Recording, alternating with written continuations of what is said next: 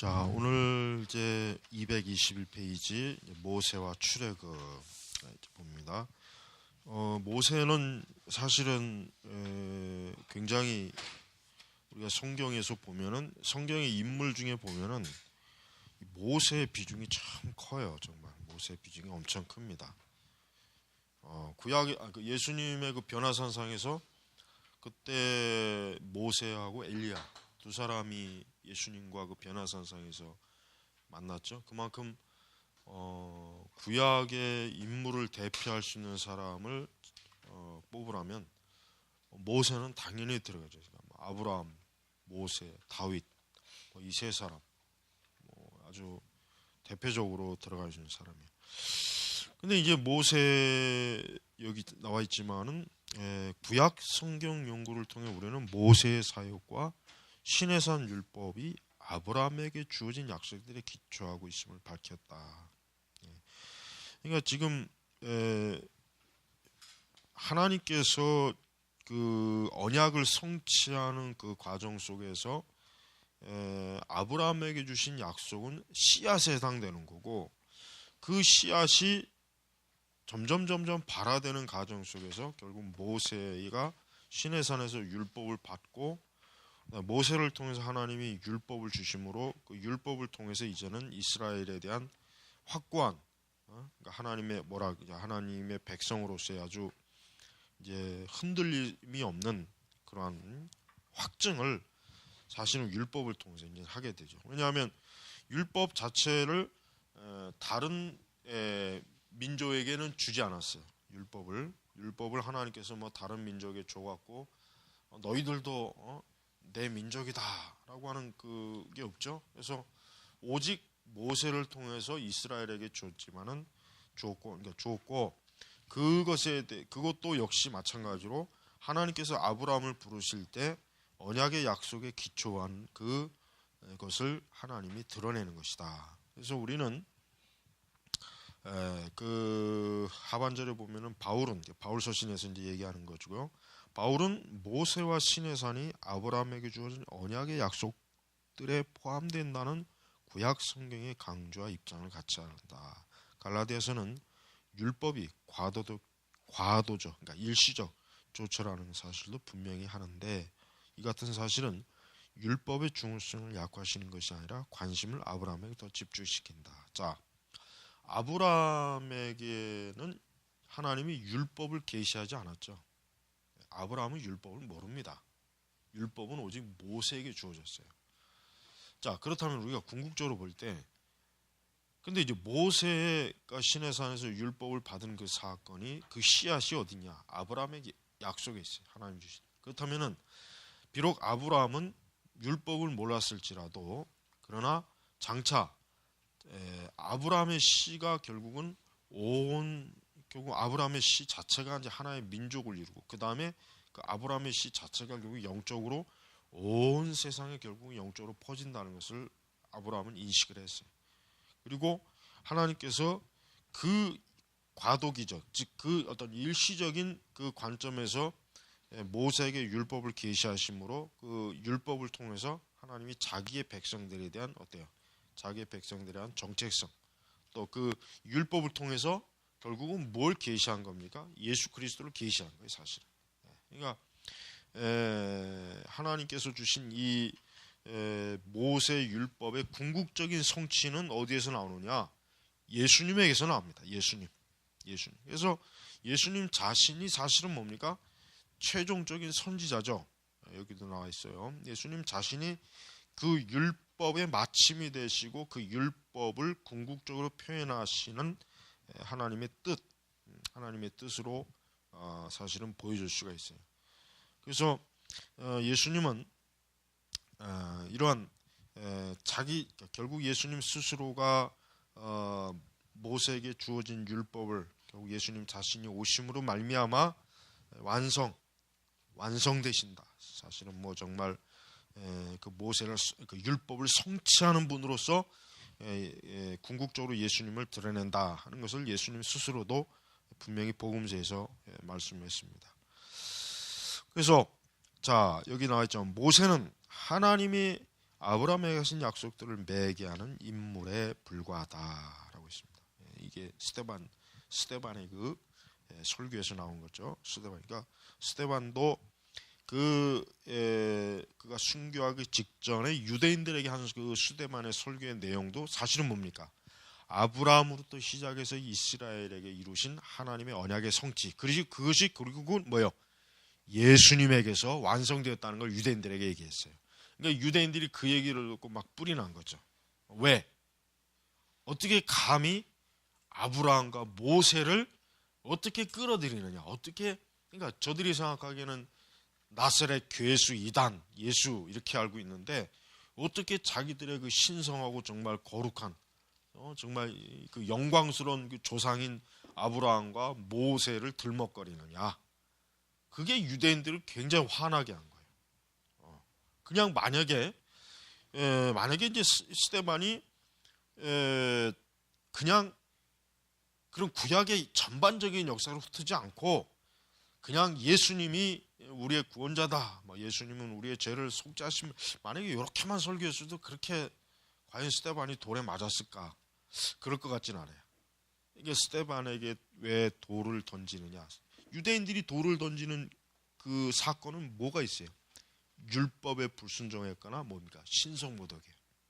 그러니까 유대인들로서는 그 스데반의 그 설교, 그 연설 전체가 결국 뭐예요? 가만히 들어보니까 결국은 뭐예요? 아브라함이나 모세조차도 예수님에게 굴복해야 되는 거예요. 예수님을 경배해야 돼요. 예수님 앞에 무릎을 꿇어야 될 뿐이에요. 그러니까 유대인들로서는 어때요? 굉장히 상상할 수가 없단 말이에요. 더군다나 아브라함, 민족의 조상이요, 정말 열국의 아비요. 어떻게 감히 아브라함이 나사렛 예수, 그것도 어때요? 십자가에서 저주받아 죽은, 율법에 의하면 나무에 달린 자마다 저주받은 자라 했잖아요. 어떻게 그 예수님 앞에 감히 아브라함을 무릎 꿇게 할 수 있느냐? 어떻게 예수님 앞에 감히 아브라함의 권위를 낮출 수 있느냐? 이게 사실은 스데반이 돌에 맞아 죽은 가장 중요한 거예요. 그러나 우리는 스데반의 연설이 결국은 그게 바로 하나님께서 아브라함을 통해서 이루실 구약 역사의 전반적인 모든 그 내용을 거기에 다 지금 사실은 어때요? 다 사실은 드러낸 거예요. 그래서 우리는 이러한 그 모세도 결국은 모세 자신도 그렇지만은 하나님께서 아브라함에게 하신 약속을 모세 자신도 잘 인식했어요. 잘 인식했다. 분명히 인식했단 말이에요. 그리고 하나님께서 모세에게 약속한 내 자손이 400년 만에 그 약속을 역시 모세도 잘 알고 있었어요. 그러니까 모세 자신이 어때요? 하나님께서 자기의 백성을 이제 이 애굽에서 탈출시켜서 약속의 땅 가나안으로 들어간다는 그 사명, 그 언약의 그 메시지의 그 핵심을 모세가 분명하게 인식했다는 걸 우리는 볼 수가 있습니다. 자, 그래서 우리는 이렇게 아브라함의 언약의 그 성취 과정에 있어서 모세도 결국은 신에서 받은 율법 사건이 하나님의 그 영광을 성취하고 드러내고 하나님의 그 거룩한 약속이 계속해서 진행되고 있다는 것을 보여주는 것입니다. 다음은 이제 다윗이라고 하는 인물을 봅니다. 다윗, 예수님과 가장 빗댈 수 있는 인물이 구약에서는 다윗이 유일합니다. 구약에서는 예수님을 유일하게 모형론적으로 빗댈 수 있는 인물은 다윗밖에 없어요. 다른 인물은 없어요. 다른 인물은 사실은 전혀 구약 성경이나 신약 성경 어디에서도 어때요? 전혀 드러내지 않습니다. 그래서 이 다윗, 예수님은 복음서 특히 마태에서 다윗의 아들로 지칭되는 경우가 빈번하다 그랬죠. 그러니까 마태복음 자체가 유대인들에게 주는 그 하나님의 그 말씀이기 때문에 유대인들은 다윗을 너무 잘 알고 있죠. 다윗을 너무 잘 알고 다윗의 그 정말 그가 행한 업적, 그가 이스라엘 민족에게 이룬 그 영광스러운 그 모든 것들에 대해서 알고 있단 말이에요. 그러니까 유대인들에게 바로 그 예수님이 결국 뭐예요? 다윗의 아들이다. 근데 여기서 아들이라고 하는 의미는 어떤 혈연적인 아들을 얘기하는 것이 아니라 결국은 뭐예요? 결국 다윗의 혈통, 다윗의 자손으로 오실 메시아, 바로 그걸 이제 얘기하는 것입니다. 그래서 이 다윗이라고 하는 이 구약의 위대한 이스라엘 왕은 결국 신약의 메시아 되시는 예수 그리스도 그분의 예표자로서 다윗 자신도 시편이나 거기에 예언한 것처럼 사실 다윗 자신도 자신의 주가 되는 하나님 아들 예수 그리스도 장차 오실 그분에 대한 영광스러운 소망을 그도 역시 그 곳곳에서 품었다고 하는 것을 우리는 시편에서도 많이 볼 수 있고, 또 다윗의 생애 자체에서도 그런 말씀이 의미가 많이 사실은 나와요. 자, 그래서 이렇게 이제 다윗의 아들, 다윗의 후손 이런 용어는 메시아가 결국 하나님이 약속한 다윗의 혈통에서 온다는 것. 다윗이라는 사람 자체가 뭐야? 하나님 기뻐하시는 사람. 정말 하나님이 기뻐하시고 하나님 기뻐하시는 기름 부음 받은 자로서 가장 심지어 이제 하나님 마음이 합한 사람이라는 표현을 했잖아요. 하나님 마음이 합한 사람. 그러니까 이 다윗이라고 하는 사람이 이렇게 하나님 마음이 합할 만큼 하나님께서는 다윗을 참 많이 사랑했고 다윗을 귀하게 아끼고 그 다윗의 모든 활동에 하나님의 그 영광, 임재, 능력이 함께했단 말이에요. 자, 바로 그와 같은 그 모습이 신약에서는 어때? 예수님에게서 고스란히 보여주죠.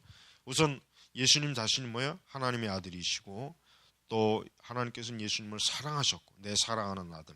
또 하나님의 능력이 예수님에게 충만했고 예수님은 결국 하나님 아버지의 뜻을 성취하기 위한 그 궁극적인 목적에만 오직 자기 전부를 다 생명까지 내줬고, 그러니까 이렇게 하나님께서 다윗에게 약속한 또 다윗에게 주신 그 정말 영광의 복 뭡니까?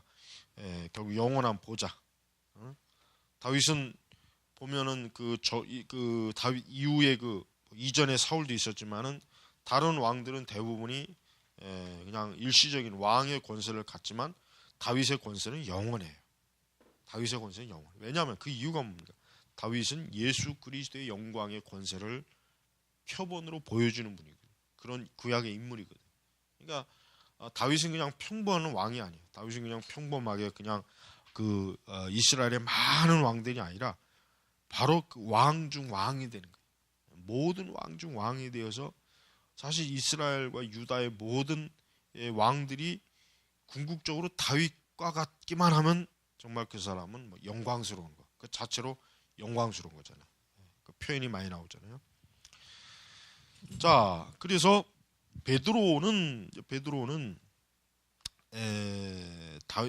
베드로도 이제 사도행전 2장 29절에서 31절에 그 영광스러운 오순절 그 영광스러운 그 영적 하나님의 임재, 성령의 임재 때 유대인들에게 아주 중요한 설교를 하죠. 그 설교 내용 속 자체가 결국 뭐야? 하나님께서 다윗의 언약을 성취했다. 다윗에게 주신 그 다음에 장차 그 예수 그리스도의 부활이 결국은 하나님을 믿는 모든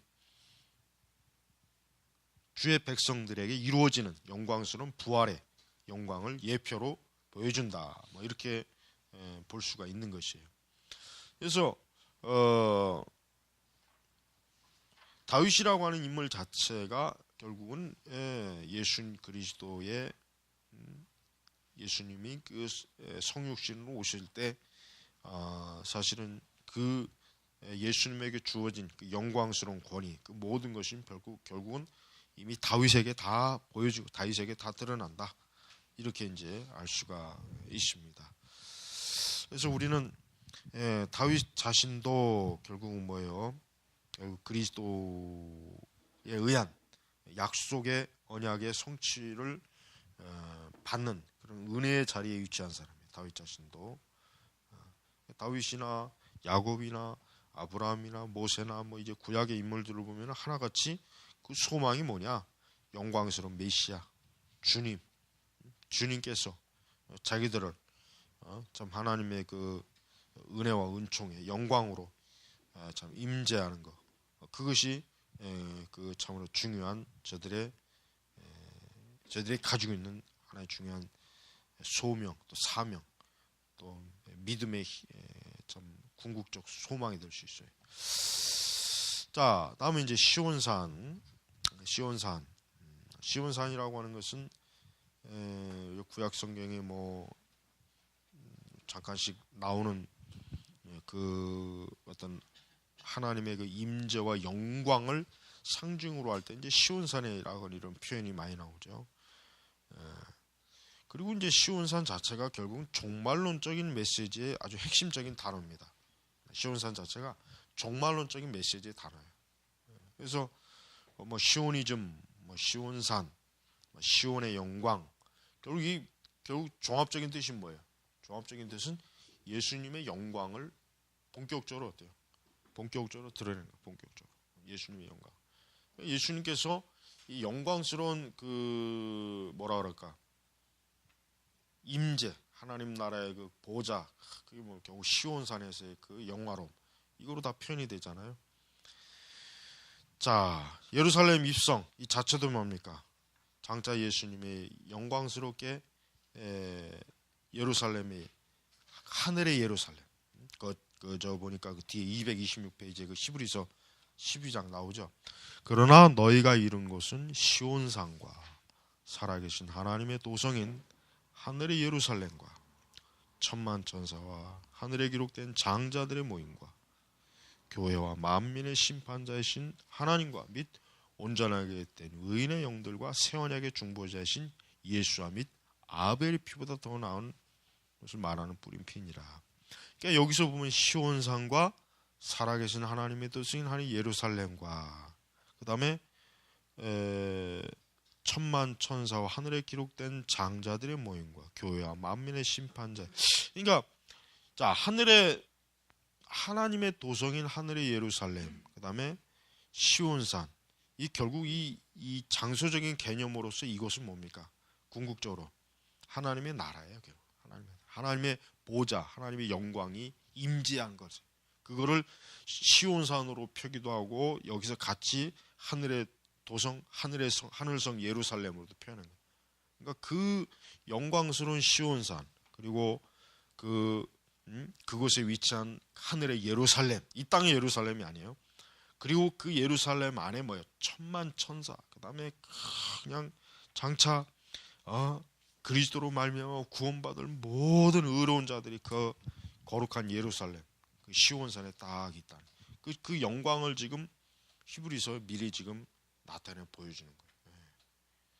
그래서 이 시온이라고 말 자체는 우선 민족주의적, 우선 지금도 제가 이전에 얘기했지만 시온주의. 그러니까 이스라엘이 자기들의 민족의 정체성의 활동 자체가 시온주의 운동이에요. 시온주의. 그래서 그런 시오니즘이라고 하는 것은 유대 민족주의를 아주 표현하는 대표적인 아주 용어죠. 지금도 바로 그 시온주의, 시오니즘, 시온산, 그 다 이게 서로 뭡니까? 여기서 하나로 다 연결이 되는 거예요. 연결이 돼. 그래서 구약 성경에 보면은 시온산 자체가 뭐예요? 하나님의 그리스도가 계시되는 장소임을 뜻한다. 다 그 226페이지 중반에 나오죠. 시온산이 하나님의 아들 그리스도가 계시되는 장소, 또 임재하는 곳, 뭐 이렇게 얘기할 수가 있습니다. 자, 그런데 바로 이 시온산이라고 하는 이 개념, 이 시온의 영광, 또 결국은 뭐예요? 이스라엘이 궁극적으로 이스라엘이 이 세상의 모든 민족, 또 이 세상의 모든 그 종족에 비해서 마치 하나님과 더 가까이 있다는 것, 자기들이 더 하나님과 가까이 있는 그러한 표현의 참 포인트로도 사실 이 시온산이라고 하는 것은 표현이 돼요. 그래서 우리는 이 시온산이라고 하는 것 자체가 구약적인 개념이지만서도 이것은 신약에서도 여전히 그 계시록 14장 1절에 나왔던 이 본문의 시온산에서 하나님은 14만 4천에 대한 사도요한의 환상이다. 이 모든 것도 결국은 어디에 어디에 그 씨앗이 심어져 있습니까? 아브라함과 맺은 언약의 씨앗에 다 심어져 있는 거예요. 하늘의 별과 같이 내 후손이 하늘의 별과 같이 많아지리라. 그러니까 결국 그들이 어디에서 다 모입니까? 결국 아브라함에게 약속한 그 영광스러운 아브라함의 씨들이 어디서 다 모이죠? 결국 시온산에서 뭐 하는 거예요? 결국은. 그래서 이스라엘 백성들에게 있어서는 아주 이 시온산, 또 시오니즘, 이것은 엄청난 중요성을 갖고 있는 거예요.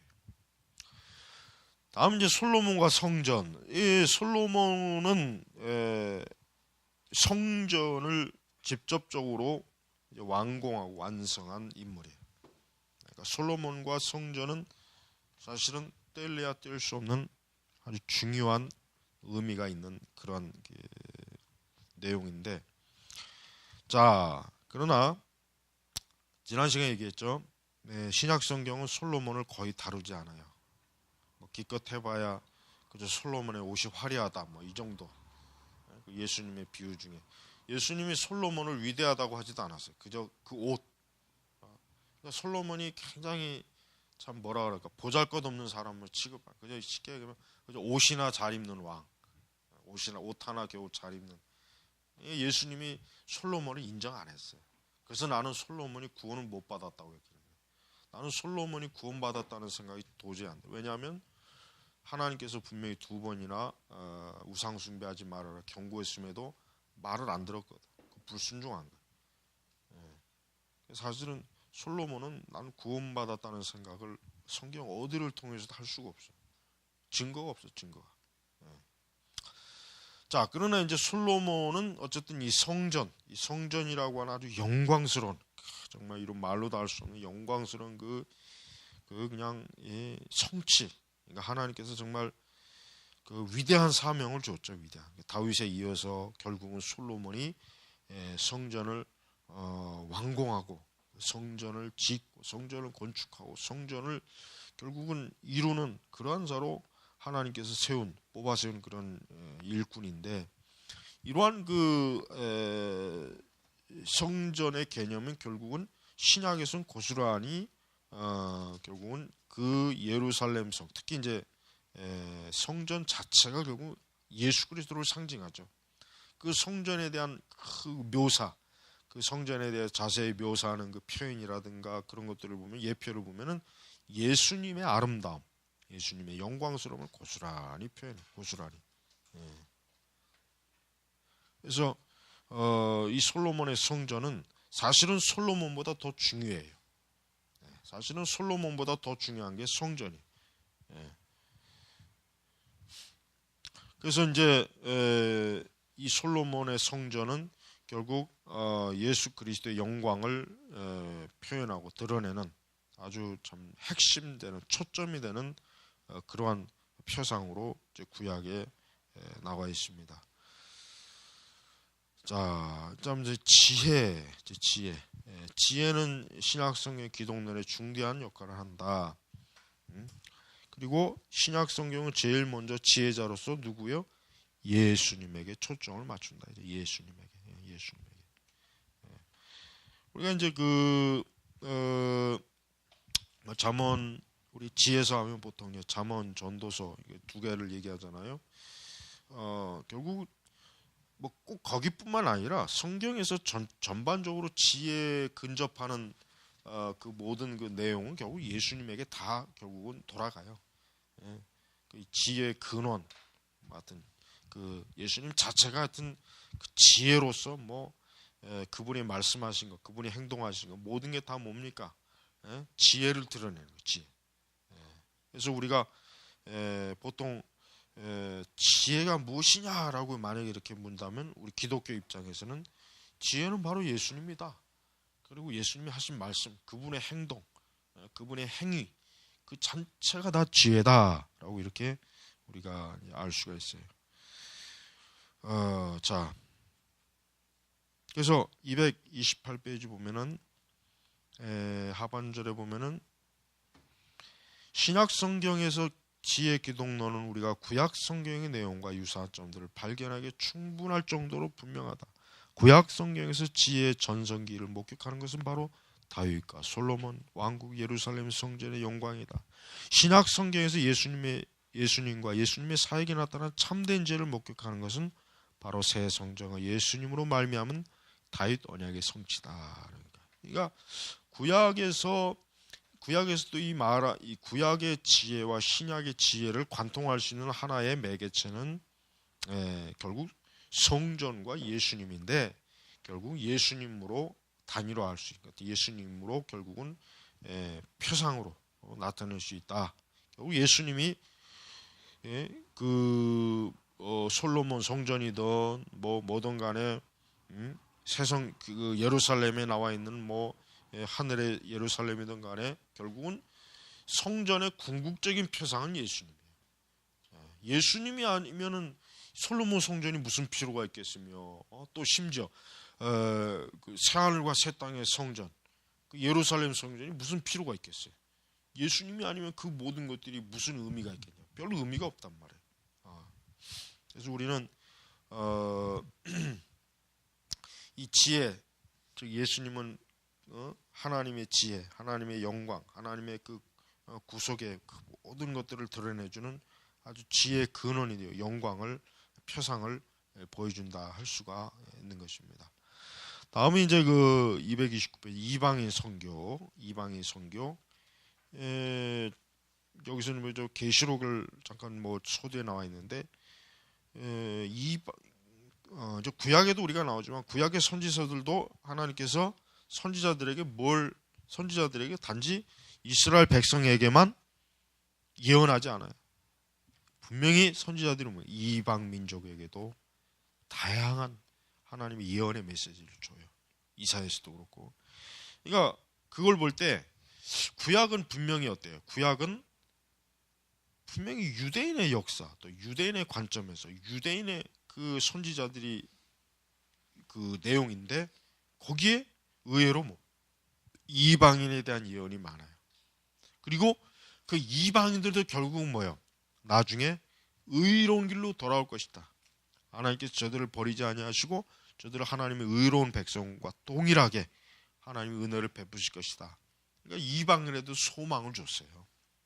구약 시대였지만 이방인이라고 해가지고 완전히 내어치거나 그런 것이 아니라 이방인들에게도 하나님의 그 영광과 구원의 소망을 많이 보여줬다, 비춰줬단 말이에요. 그러니까 선지자들이 예언 속에 이방인을 저주하거나 그들에게 하나님의 형벌, 징벌, 그것보다 사실은 그들에게 하나님 주신 소망, 구원의 소망, 영광스러운 하나님에 대한 소망이 굉장히 좀 독특하게 분명히 나와 있다는 것을 우리는 알아야 됩니다.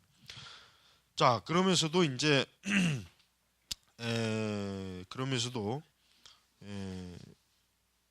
성경은 그래도 어쨌든 이방인과 유대인에 대한 구분을 분명히 해요. 구약 성경은 특히 그렇죠.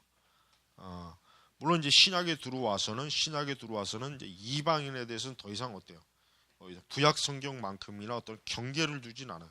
오히려 이제 그 복음이 어때요? 복음이 유대인들, 이방인을 넘어서 유대인에게 가야 된다 이거. 유대인에게, 이방인을 넘어서 유대인에게 쑥 퍼질 때 어때? 하나님의 궁극적 구원의 아주 그 영광스러움이 나타난다.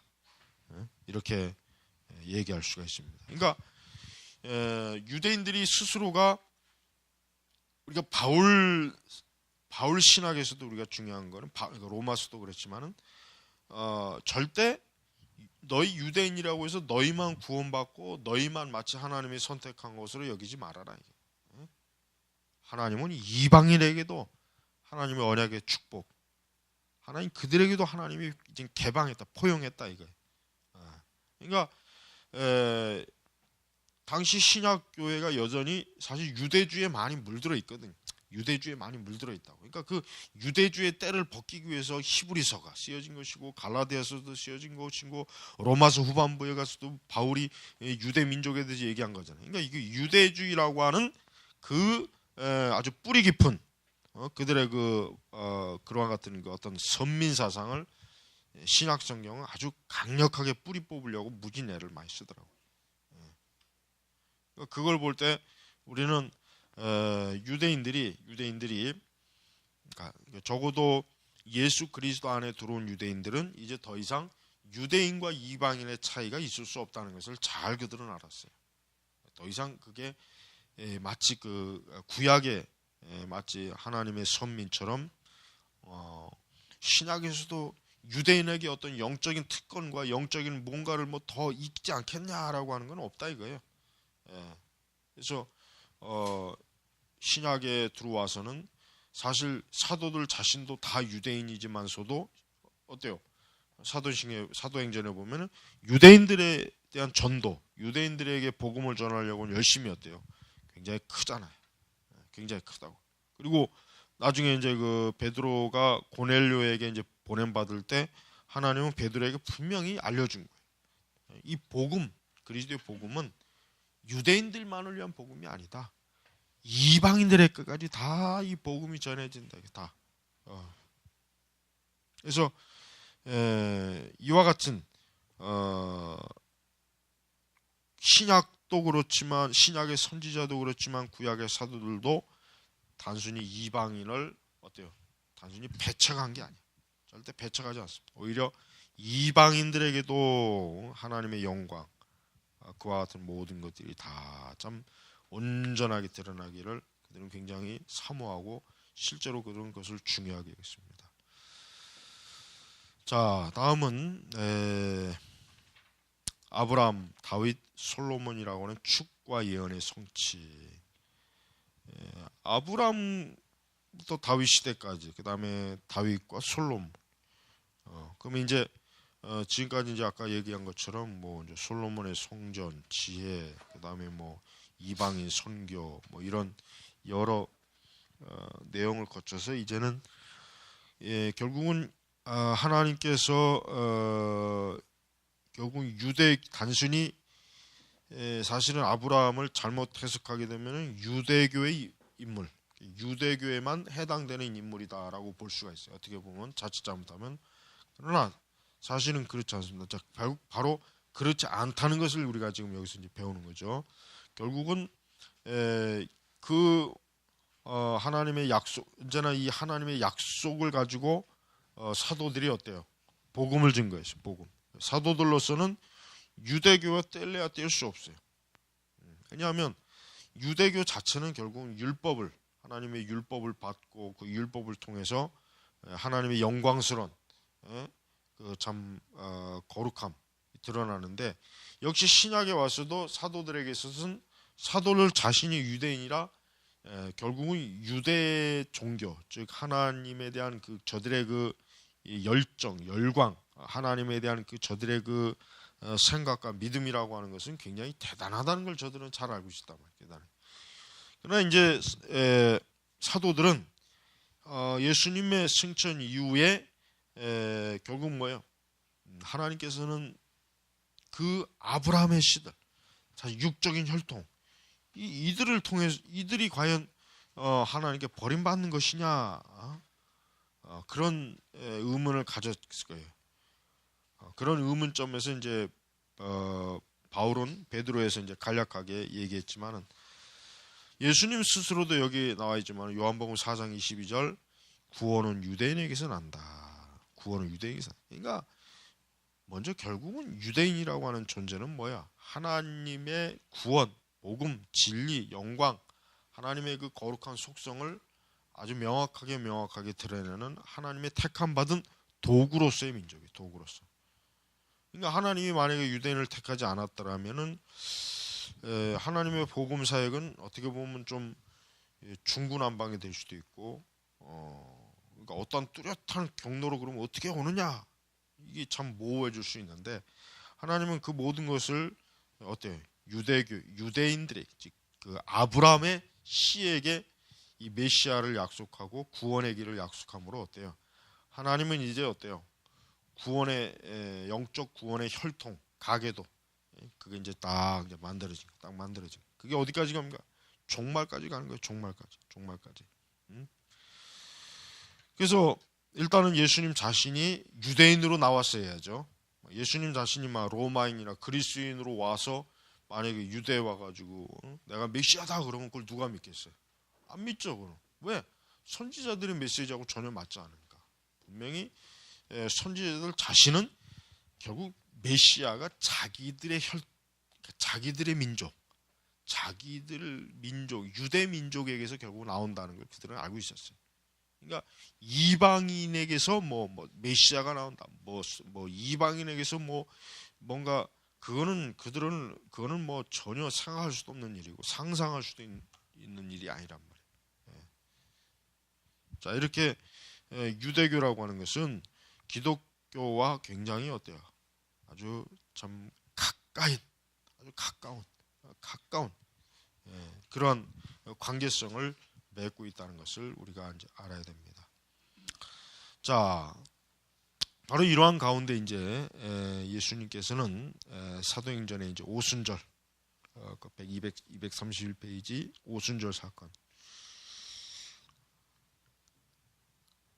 이 오순절 사건은 사실 뭐 신학적인 의미가 뭐 사실 굉장히 중요한 게 있죠. 뭡니까?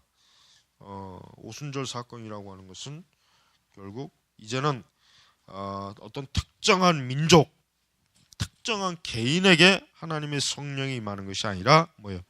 예수 그리스도를 통해서, 복음의 말씀을 듣는 예수 그리스도를 통해서 결국은 하나님의 은혜를 받은 사람들이 결국은 어때요?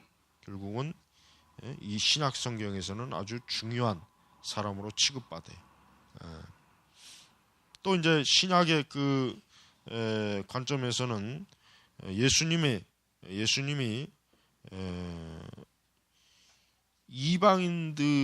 이방인들에게 보다는 결국 예수님의 전반적인 활동 자체가 유대 지역 안에서만 머물렀단 말이에요. 그러니까 사도들이 사실 오해할 만도 해요. 사실 왜냐하면 물론 나중에 예수님이 이제 돌아가시 직전에 헬라인들이 예수님을 만나 뵙고자 했지만 예수님 허락을 하지 않았어요. 그러니까 예수님 자신의 활동 전체가 어때요? 유대인 지역 안에서 유대인에게만 사실 해당되는 말씀이에요.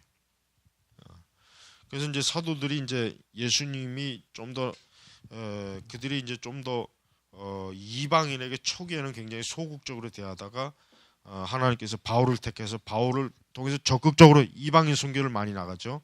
그러니까 사도들도 처음에는 사실은 그 마치 복음이 유대인에게만 마치 전해져야 되는 것이 아닌가라는 그런 오해를 많이 했던 것 같아요. 하나님께서 그걸 깨트리기 위해서 예루살렘에다 큰 환란도 주고 베드로에게 환상도 보여주고 그 다음에 뭡니까? 아예 그냥 바울 자신을 이방인을 위한 사도로 하나님이 뽑았다 이렇게 아주 공개적으로 표명하잖아요. 그러니까 여기서 볼 때 우리가 알 수 있는 것은 아브라함의 씨가 하늘의 별을 보라. 너의 씨가, 내 후손들이 하늘의 별같이 많을 것이다. 그러니까 단순히 유대인들만을 제한을 해가지고는 그 약속의 말씀이 어때요? 포괄적이지 못해요. 그러나 이방인들에게까지 그 약속이 퍼질 때는 어때요? 굉장히 포괄적인, 굉장히.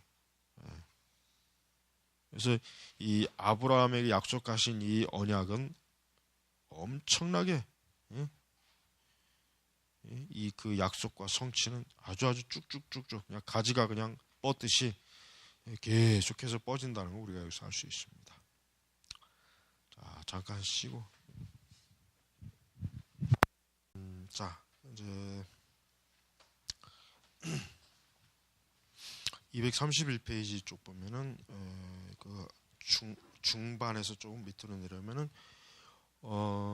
예수님이 예언하신 사건은 물론 오순절의 오순절 이제 사건이라고 하는 것이 굉장히 의미가 있죠.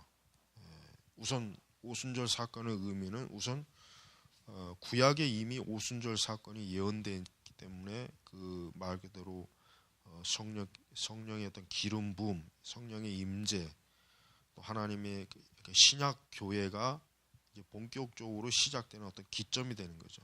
그러니까 오순절 사건 이전에까지는 엄밀히 얘기해서 오순절 사건의 이전은 신약적인 교회는 없었어요. 오순절 사건이 있고 나서 비로소 신약의 교회가 생긴 거예요. 그러니까 예수님이 성육신할 때도 교회는 없었다고 봐야 돼요. 물론 이제 우리가 이제 구약의 광야 교회 뭐 이런 얘기를 해요. 그렇다고 이제 구약에 이제 뭐 교회가 없었다 그런 얘기는 아닌데, 그러나 본격적으로 그러니까 진정한 의미에서 그러니까 모든 사람이 차별 없이 들어올 수 있고 또 모든 사람이 어떤 복음의 소식을 명확하게 참 듣고 가르침 받을 수 있는 것은 신약의 교회가 출발점이에요. 특히 이제 구약 같은 경우는 어떤 그 뭐 제사 의식이라든가 어떤 이런 그 상징적 어떤 그런 부분들을 통해서 이제 어떤 복음의 진리가 증거되었지만은 신약은 아주 분명하고 또 누구라도 알 수 있고 들으면은 깨달을 수 있는 그러한 참 복음의 역사, 하나님의 진리의 역사가 드러난 겁니다.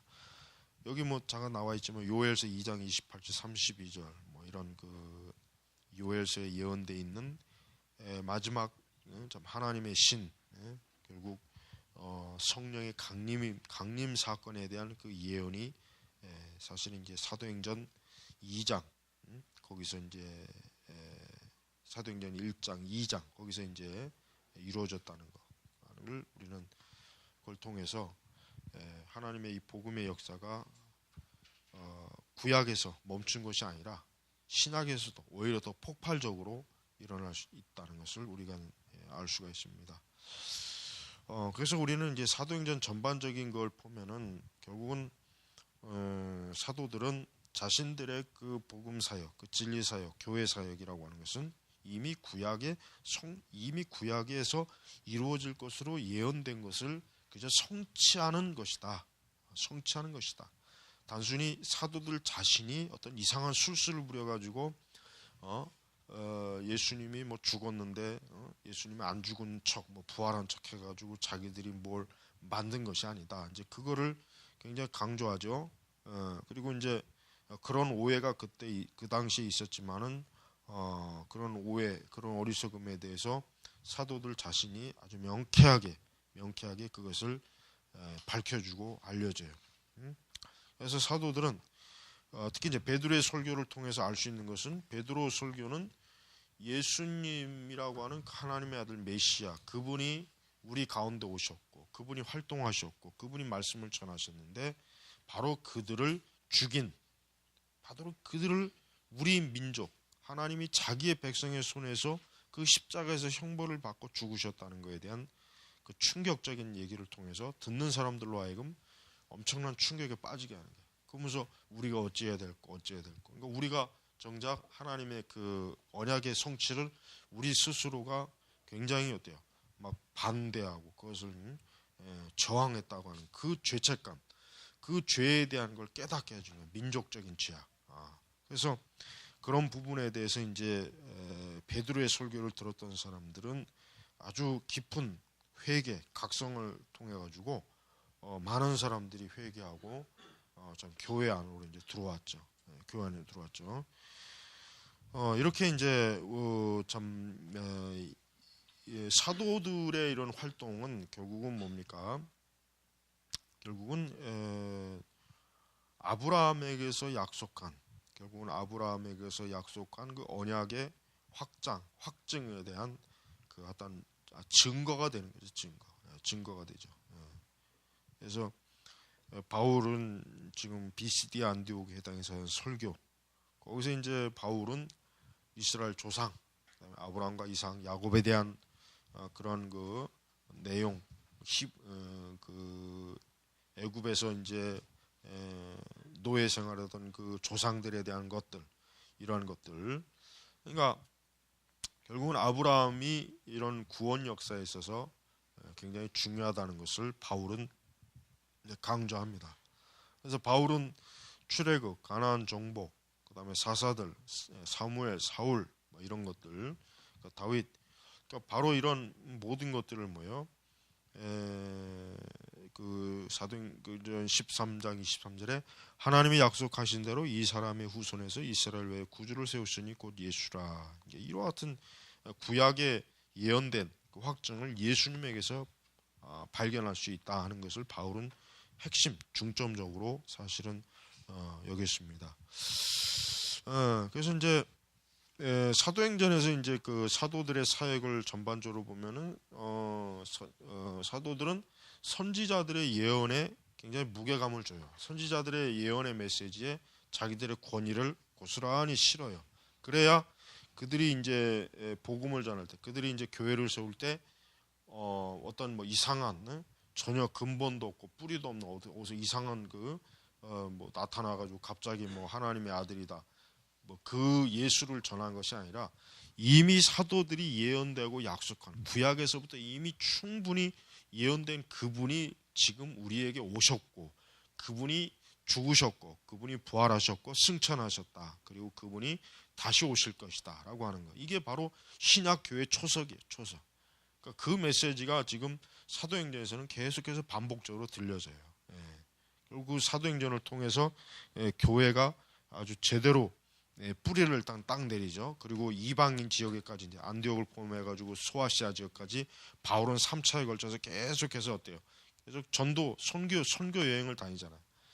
결국 뭡니까? 이 복음이 결국은 온 세상 땅 끝까지 전파되는데 이제 시작이 되었다. 이게 시작. 이제 땅 끝까지 전파되는 날까지 이 복음은 그 교회를 통해서 계속해서 전파되는데 결국은 그게 아브라함에게 약속하신 뭐예요? 하늘의 무별과 같이 많은 결국은 온 세계 온 지역에 이 복음이 전파된다는 것을 그러니까 하나님의 구원의 구속사의 그 역사가 이루어진다는 것을 보여주는 하나의 증거가 되는 것입니다. 그러니까 우리가 이제 구약에서 아브라함에게 준 그 언약의 그 사건하고 사도행전의 사건을 딱 비교해 보면은 어때요? 굉장히 그 하나님에게 아브라함에게 약속한 그 언약의 시가 신약에서 넘어와가지고 결국은 예수님의 사도행전에 넘어와가지고 막 폭발적으로 막 그냥 열매 확장되는 것을 눈으로 비교할 수 있어요. 자, 그러면은 이런 이제 234페이지 보면은 어떤 이제 여러 이제 접근법, 그러니까 이런 구약의 이런 사건, 구약의 어떤 구속사, 구약에서 이제 진행된 이런 구속사에 대한 이제 접근법들을 비교하는 그 비교 뭐 핵심 요점을 이제 7가지를 여기서 나와 있죠. 첫 번째 이제 뭐 두 방식은 계시의 점진성을 이해돼 계시의 점진성을 빛이 점점 밝아오는 그런 종류의 것이 아니라 단계적으로 밝아오는 무엇이냐는 사실로 이해된다. 두 번째, 두 방식은 구약 성경 이야기가 구원에 대한 약속과 이 구원이 타락한 인간 세계 어떤 의미에 대한 계시를 주된 기반으로 한다. 그 다음에 이제 세 번째, 두 방식은 성경이 나사렛 출신 예수님과 예수님의 사역을 구약 성경의 모든 약속과 소망과 성취로 소개한다는 중요한 의미를 띈다. 두 방식의 계시의 구조, 기반을 해석하기 핵심 요소로서 이해하는 것이 중요하다. 또 두 방식은 구약 성경이 그리스도에 대한 책으로서 그리스도인과 연관이 있음을 보이는 관심이 있다. 두 방식은 구원 역사의 뿌리를 둔 모형론이 신구약 성경 간의 관계의 중심을 차지한다고 인정한다. 두 방식은 하나님의 말씀으로 성경의 영감과 권위라고 하는 전제 위에 기초하고 있다. 자, 지금 여기서 7가지 말하는 지금 233페이지의 여러 접근법들의 비교라고 하는데 우리가 이제 성경 신학 또 성경의 그리스도 중심적 성경을 해석하는 데 있어서 지금 이 저자는 도널드 로빈슨의 방식, 이제 그 방식을 이제 기점으로 자기는 하지만 다른 접근법들 여기 작은 글씨로 나와 있죠. 이런 그 접근법들에 대한 그 비교를 지금 7가지로 그냥 간략하게 이제 요약을 해놓은 거예요. 간략하게. 결국은 이런 그 접근법을 통해서 지금 보니까 여기 보니까 모세에서 예수님까지 이어지는 시대를 보스와 클라우니 방식이 실행 가능한 주장을 해왔다. 이제 이 저자는 이런 다양한 접근법의 효용성에 대해서 인정을 해요. 인정을 하지만 그러면서 이 저자가 궁극적으로 추구하는 접근법은 결국 뭡니까? 아브라함의 언약에서부터 그는 그리스도 중심적 성경 해석을 그는 추구한다는 것을 지금 여기서 전체적으로 보여주고 있는 것이에요. 그러면서도 물론 이 저자는 성경에서 결국은 말하는 거 구속의 과정이라고 하는 것은 결국 아브라함, 다윗, 솔로몬의 성전, 그다음에 이제 결국 마지막에 계시록에 있는 새 하늘과 새 땅 이런 것들, 또 모세에게 주어진 율법 이런 전반적인 것들을 결국은 다 그 과정 속에서 충분히 보편적으로 받아들여야 된다라고 하는 것을 지금 얘기하고 있는 것입니다. 자, 다음은 이제 우리 이제 9장 드디어 이제 모형론으로 좀 들어가요. 이제 여기서 이제 본격적으로 이제 로빈슨을 제안한 모형론. 자, 여기 238페이지에 잠깐 거기 로빈슨이 강의한 것 이제 간략한 몇 가지, 세 가지 이제 잠깐 나와 있는데, 이제 성경적 모형론, 이게 성경적이라고 하는 말을 굳이 붙인 이유가 모형론이라고 하는 게 사실 언뜻 보면은 좀 이게 뭐라 할까, 좀 그 모형론이라고 하는 게 자체가 자칫 잘못하면은 이게 굉장히 좀 잘못된, 성경 해석을 굉장히 잘못되게 할 수 있는 요소가 사실 좀 있어요. 엉뚱하게 이제 모형론을 사용하는 그런 예도 많은 있으니까. 그래서 우리가 여기서 이제 성경적 모형론이라고 굳이 이제 여기 로빈슨이 강의할 때 이렇게 이제 한 것 이유가 이제 중요하다는 걸 알아야 되고, 이제 세 가지의 단계, 그러니까 성경적 모형론을 나타내는데 이제 세 가지. 첫 번째는 뭐냐? 아브라함에게 주어진 하나님의 약속이 출애굽을 거쳐 약속의 땅에서 다윗의 아들 왕국에 이르러 성취되는 역사적 경험. 그러니까 아브라함과 다윗까지의 역사, 보통 한 2000년 정도의 역사죠. 그 시기 동안 하나님께서는 이스라엘 백성들을 다루시는 데 있어서 어때요? 철저하게 하나님의 아브라함의 약속을 기점으로 해가지고 이루어지는 성취 과정의 역사예요.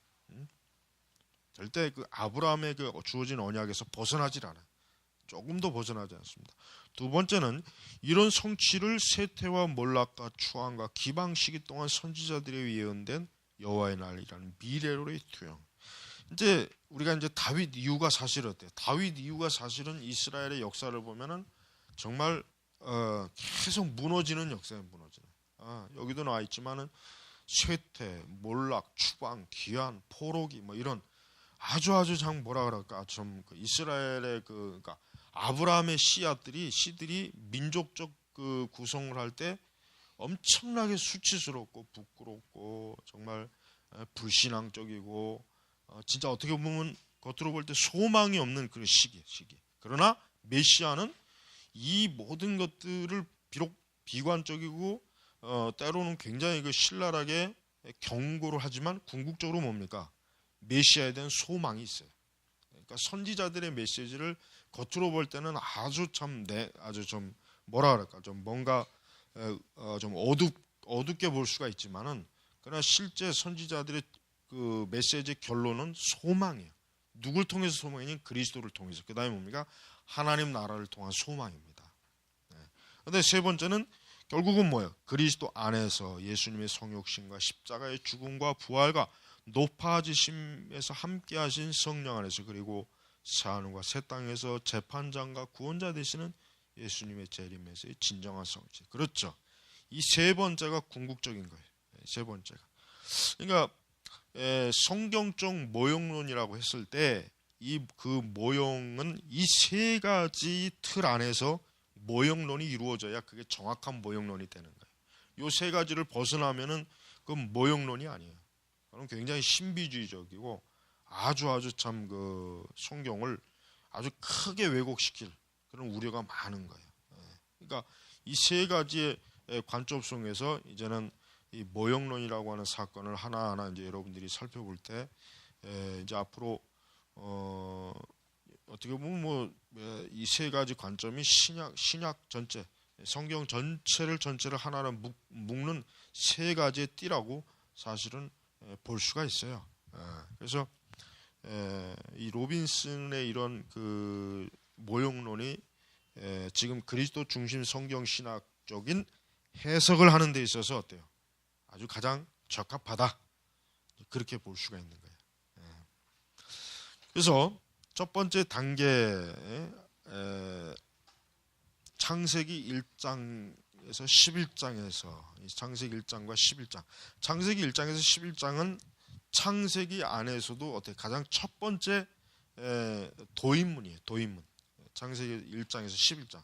굉장히 오랜 역사지만 압축적으로 그냥 느닷없이 하나님이 세상을 창조했고 그 다음에 곧 창조하자마자 타락했고 그 다음에 타락하자마자 또 한 번 심판이 있고 그 다음에 어때요? 많은 계보가 나온 다음에 느닷없이 어때요? 아브라함이 확 나오잖아요. 그러니까 굉장히 압축적인 그 시기에 그러니까 모세가 그 모세 오경을 기록할 때 1장부터 11장까지의 기록은 사실은 모세로서는 어때요? 그 과정 길게 서술하지 않고 어때요? 사실은 아브라함부터 길게 서술하잖아요.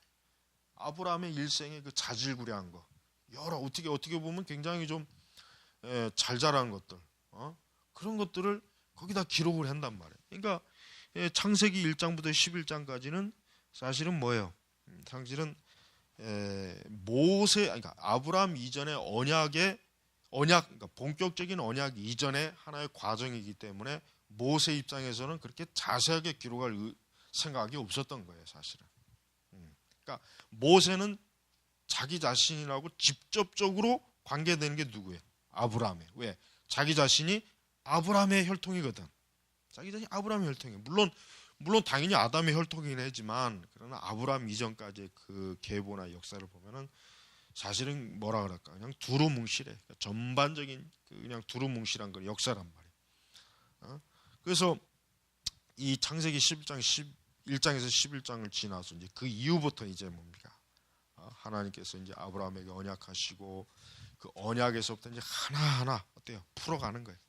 그러니까 창세기가 성경 전체에서 굉장히 중요하다고 하는 이유가 뭐냐면 아브라함 사건 때부터 사실은 중요한 거예요. 본격적으로 중요한 거. 거기에서부터 뭡니까? 이스라엘의 언약의 역사가 거기서부터 시가 되어갖고 다 펼쳐져요. 거기서부터 다 펼쳐지는 거예요. 그러니까 신약의 기자들도 보면은 아담부터 창세기 1장부터 11장까지 그 얘기는 신약에서 그렇게 거의 중요성이 없어요. 그냥 뭐죠 홍수 사건, 아담의 첫 번째 타락, 그거 외에는 그렇게 중요한 게 없지만 그런 아브라함 이후부터는 어때요? 많은 그 내용들을 거기서 많이 심각하게 다뤄요. 그래서 우리는 이런